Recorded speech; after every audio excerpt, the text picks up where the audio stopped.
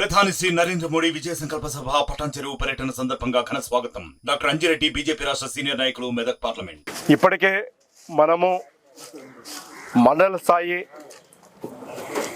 నియోజకవర్గ స్థాయి జేఓకి బీసీ కార్యక్రమాన్ని మనము నిర్వహించడం జరిగింది. కోవూరు నియోజకవర్గంలో 5 మండలాల్లో జేఓబీసీ నిర్వహించాము.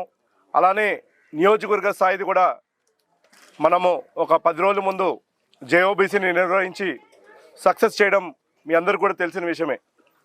అయితే ఇప్పుడు రాష్ట్ర స్థాయి జేఓబీసీ కార్యక్రమాన్ని రేపు మంగళగిరిలో జీవి రంగ యూనివర్సిటీలో ఈ సభని ఏర్పాటు చేయడం జరుగుతుంది.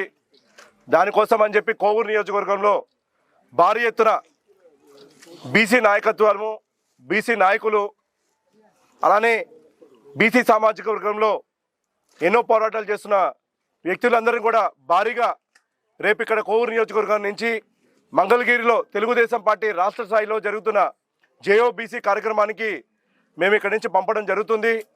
ఎవరైతే ఈ కార్యక్రమాన్ని రావాలని ఇంట్రెస్ట్ ఉన్నారో, అలానే బీసీ నాయకత్వము తెలుగుదేశం పార్టీతో అఫిలియేట్ లేకుండా ఇండివిజువల్గా నడుపుతున్న బీసీ నాయకత్వాలు ఏవైతే ఉన్నాయో మీ అందరూ కూడా పిలుపునిస్తున్నాం. రేపు జరిగే కార్యక్రమానికి మీరందరూ కూడా హాజరై మధ్యాహ్నం 2 గంటలకి మంగళగిరిలోని రంగా యూనివర్సిటీలో జరుగుతుంది. అందరూ కూడా దాంట్లో పార్టిసిపేట్ చేసి ఈ కార్యక్రమాన్ని దిగ్విజయం చేయాలని చెప్పి మీ అందరూ కూడా కోరుకుంటున్నాను. అలానే ఇవాళ ప్రతి అడుగు ప్రజల కోసం అనే కార్యక్రమంలో భాగంగా 3వ రోజు బుచ్చిరెడ్డిపాలెం టౌన్, బుచ్చిరెడ్డిపాలెం వార్డు 5లో 3వ రోజు ఈ కార్యక్రమాన్ని నిర్వహించడం జరుగుతుంది. 117 రోజులుగా ప్రజల్లో వాళ్ళ సమస్యలు తెలుసుకోవడానికి, వాళ్ళు పడుతున్న ఇబ్బందులు తెలుసుకోవడానికి, ఏ ప్రాంతాల్లో ఏ ఇబ్బందులు ఉన్నాయో తెలుసుకోవడానికి ప్రజల్లో మమేకం, ప్రజల్లో వాళ్ళ కుటుంబ సభ్యుల్లాగా, వాళ్ళ ఒక కుటుంబంలాగా ఇవాళ కోవూరు నియోజకవర్గ ప్రజలందరూ నా కుటుంబ సభ్యులని నేను భావిస్తూ ప్రతి ఒక్కరు పడుతున్న సమస్యలు కుటుంబ సభ్యుడిలాగా తెలుసుకొని రేపు తెలుగుదేశం పార్టీ వచ్చిన తర్వాత వాళ్ళకి ఎలా నేను ఉపయోగపడాలి, ఏవేవి అభివృద్ధి పనులు మనం చేయాలని చెప్పి వాళ్ళందరూ కూడా అడిగి తెలుసుకోవడం జరుగుతుంది. ఇవాళ బుచ్చిరెడ్డిపాలెంలో చాలామంది ముస్లిం కుటుంబాలు ఇక్కడ ఉన్నాయి. వాళ్ళందరూ కుటుంబాలకు వెళ్తుంటే ఇక్కడ ప్రధానంగా వాళ్ళందరూ కూడా బీడీలు ఎక్కువగా చుడుతూ ఉంటారు. ఇక్కడ బీడీలకి ఎక్కడ కూడా ప్రోత్సాహం అందించట్లేదు, ఎటువంటి ప్రభుత్వం మాకు ఎటువంటి భరోసా కల్పించట్లేదు అని చెప్పి బీడీ కార్మికులు అందరూ కూడా చెప్తున్నారు. అలానే ముస్లిమ్స్కి గతంలో ఎన్నో పథకాలు వచ్చాయి. జగన్మోహన్ రెడ్డి గారు వచ్చిన తర్వాత వీటన్నిటి కూడా కలిపి నేను ఎక్కువ పథకాలు ఇస్తానని చెప్పిన జగన్మోహన్ రెడ్డి గారు ఇవాళ ఏం చేశారంటే వచ్చిన తర్వాత ముస్లిమ్స్కి తీవ్రమైన అన్యాయం చేశారని చెప్పి ముస్లిం కుటుంబాలు అన్నీ కూడా చెప్తున్నాయి.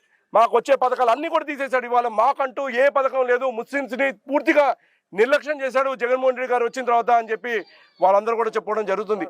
ఇప్పుడేమో నా మైనారిటీలని మా ముందుకు వస్తున్నారు, మేము దీన్ని నమ్మము, రేపు ఖచ్చితంగా మేము తెలుగుదేశం పార్టీకి అండగా ఉంటాం. గతంలో ఎప్పుడు కూడా తెలుగుదేశం పార్టీ ముస్లిమ్స్కి అండగా నిలిచింది. మొట్టమొదటిగా ముస్లిం కార్పొరేషన్ ఏర్పాటు చేసింది తెలుగుదేశం పార్టీ. మాకు తెలుసు. కాయన ఒక అవకాశం అడుగుతున్నారు జగన్మోహన్ రెడ్డి, అవకాశం కల్పించాలని చెప్పి మేము ఓటేసి ఇవాళ మోసపోయామని చెప్పి ముస్లిం కుటుంబాలు అన్నీ కూడా చెప్పడం జరుగుతుంది.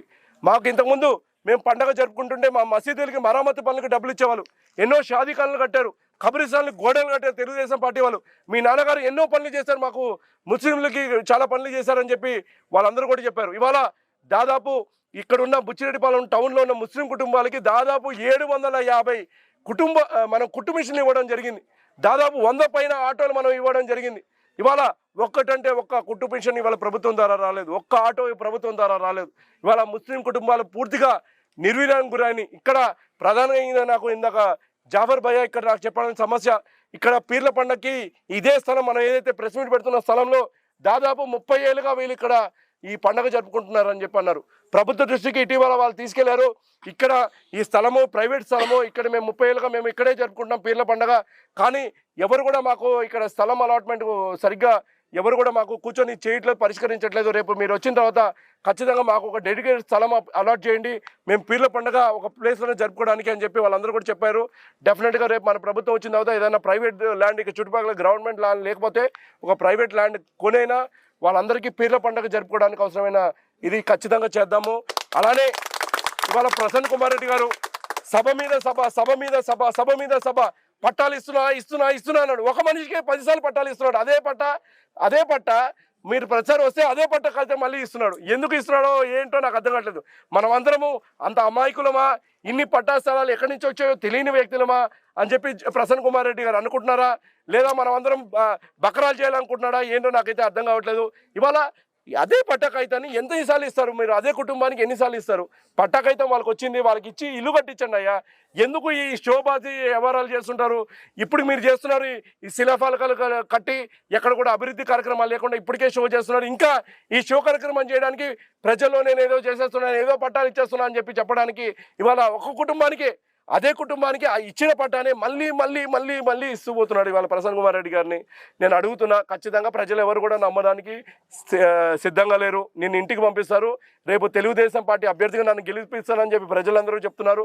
ఖచ్చితంగా కోర్ నియోజకవర్గంలో తెలుగుదేశం పార్టీ జెండా ఎగరేస్తాం, మా ముఖ్యమంత్రిగా నారా చంద్రబాబు గారిని చేసి తీరుతామని చెప్పి ఈ సందర్భంగా తెలియజేస్తున్నా. ఇవాళ రాష్ట్రం అంతా కూడా ఒక పరంపర మొదలైంది, తెలుగుదేశం పార్టీ వైపే అందరి చూపులు కూడా ఉన్నాయి. మరిన్ని వీడియోస్ కోసం ఛానల్ ని సబ్స్క్రైబ్ చేయండి, లేటెస్ట్ అప్డేట్స్ కోసం వాట్సాప్ ఛానల్ ని ఫాలో చేయండి అండ్ లింక్ డిస్క్రిప్షన్ లో ఉంది.